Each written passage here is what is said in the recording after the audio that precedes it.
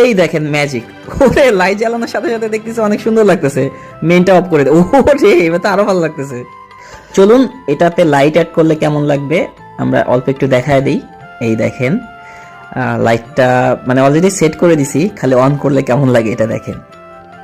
আমি তো ফার্স্টে দেখে অনেক বেশি হ্যাপি, মানে আমার রিয়াকশনটা একদম দেখার মতো ছিল, আমি নিজেই অবাক হয়েছে, আপনাদের আর কি বলবো। দেখেন ওয়াও, এটা যখনই চারিদিকে আপনার রুমের লাইটটা বন্ধ করে দিবেন, তারপরে শুধু এখানে আলো জ্বলবে, তখন মনে হবে কি রে এত ছোট দোকান, এটা মনে হয় অনেক দূরে। কাছে, এটা কিন্তু আপনার হাতের কাছে থাকবে, কিন্তু দেখতে মনে হবে অনেক দূরে একটা দোকানে আলো জ্বলতেছে।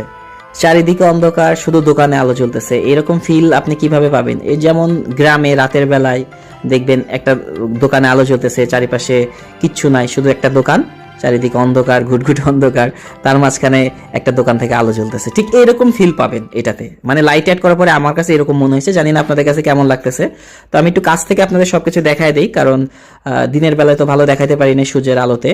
তো সূর্যের আলোতে ভালো দেখানো যায়, বাট ওই যে ছায়ার কারণে দেখাতে পারি না। এখন আলোটা অ্যাড করছি, দেখেন এই যে একটা মাচা আছে, অনেক সময় দেখবেন দোকানের মধ্যে এরকম একটা মাচা থাকে কাঠের, ওইখানে জিনিসপত্র রাখে, এক্সট্রা জিনিসপত্র রাখে। আর সামনে যে বাঁশের বেঞ্চটা দেখতেছেন, এটা কিন্তু আসল বাঁশ দিয়ে বানানো হয়েছে। আর ওই দেখেন কাচের বয়ামের পিছনে কেটলি দেখা যায়, এটা ক্লে দিয়ে বানানো হয়েছে।